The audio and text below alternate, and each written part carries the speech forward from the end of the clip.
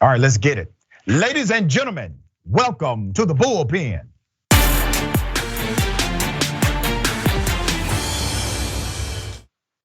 All right, in the Bullpen today, we have Mr. Eric Peterson, associate contributor, Young Voices, tech policy analyst and commentator, various outlets. Very, very smart guy, policy expert. We're going to talk about Elon Musk threatening to purchase through what's called a hostile takeover, Twitter. Eric, thank you for being on the show. How are you? I'm good. Happy to be on. It's been a big day for all things bird-related app. That's right. All right, this is going to be interesting, Eric. So I don't want to presume what you know or believe about Elon Musk and the purchase of Twitter, potential purchase of Twitter. So if you would, give us your sentiment and I will then opine. Yeah, I mean, it's really interesting for sure, right? I mean, this all started a few weeks ago where he put out a Twitter poll asking people if he thought that Twitter was doing a good enough job of holding free speech principles. After that, he made a decision to buy 10% of Twitter. And then we woke up this morning to an SEC filing where he has made an offer to purchase all the outstanding shares of Twitter and take it public.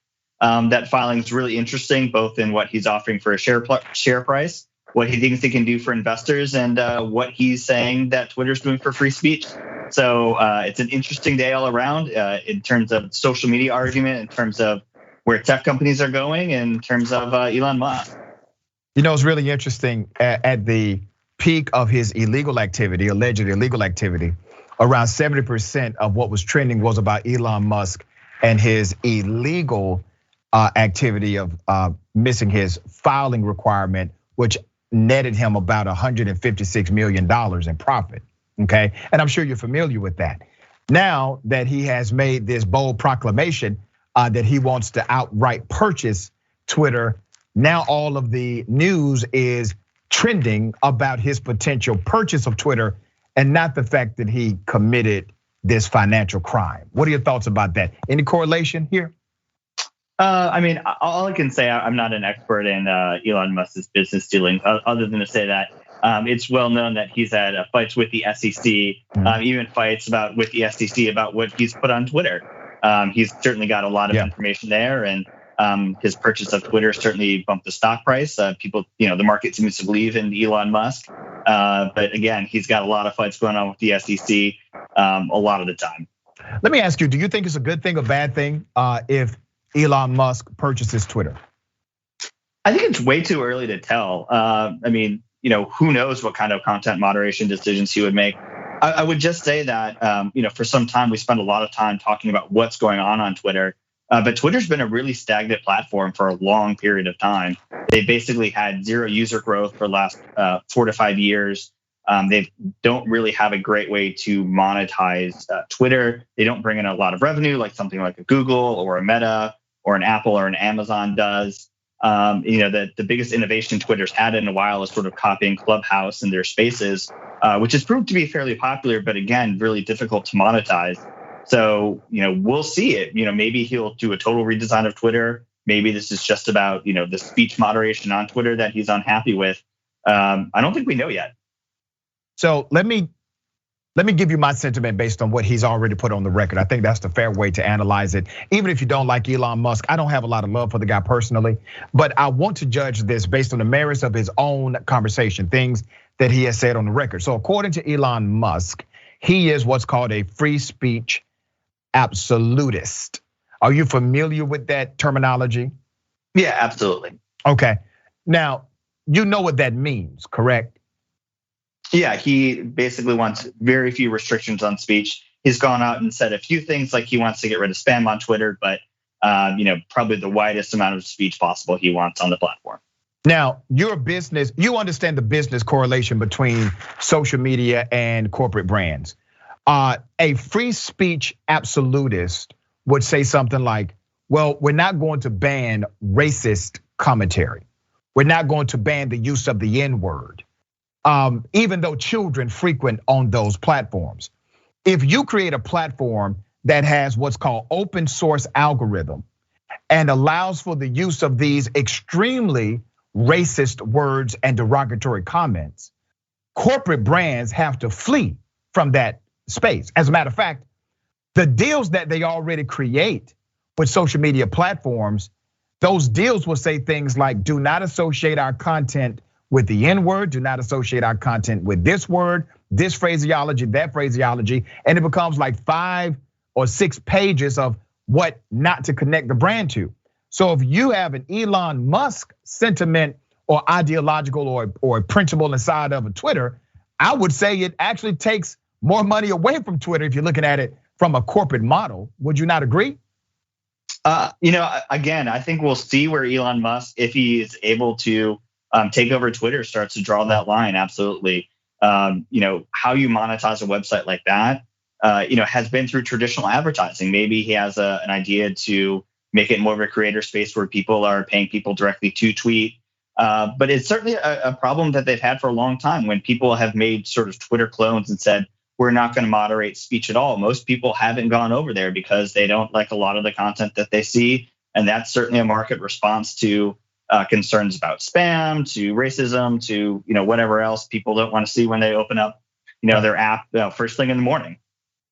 Yeah, so you do understand that the freedom of speech is not absolute, even in the US Constitution or the interpretation of law. You know that. So when somebody says they are free speech absolutists, they are contrary to even what the Constitution and statutory language says in the United States. For example, I can't say whatever I want to say about you without potentially having a libel or slander suit, right? Because there's a limitation to your speech. I can't yell fire in a crowded building, no fire, people get hurt because of the stampede. These are Supreme Court rulings that clearly said there is no such thing as absolute free speech in America, right?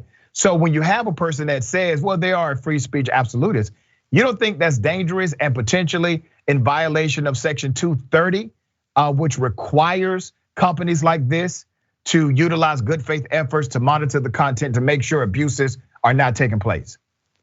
Oh, I think we have a different understanding of some of those Supreme Court cases. I'll talk about the fire in a crowded theater real briefly. That was a case where the Supreme Court said that putting out information opposing the draft in World War I was akin to yelling fire in a crowded theater. And so to my mind, that's political speech. When you're talking about Section 230, what we're really talking about is what you got to, the libel laws, which is who's liable for speech on a platform like Twitter or Facebook, whether it's a person like you or me who is running that speech or the platform that's hosting that sort of speech.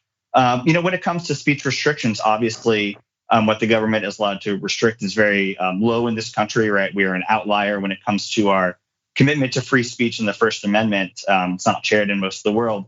It'll be interesting to see how somebody like Elon Musk tries to draw that line, because it is in a lot of different countries. The second largest user of Twitter is in Japan, but it doesn't have the global reach that a lot of these other large social media platforms like TikTok, for example, do. Well, let's go back to 230, Communication Decency Act.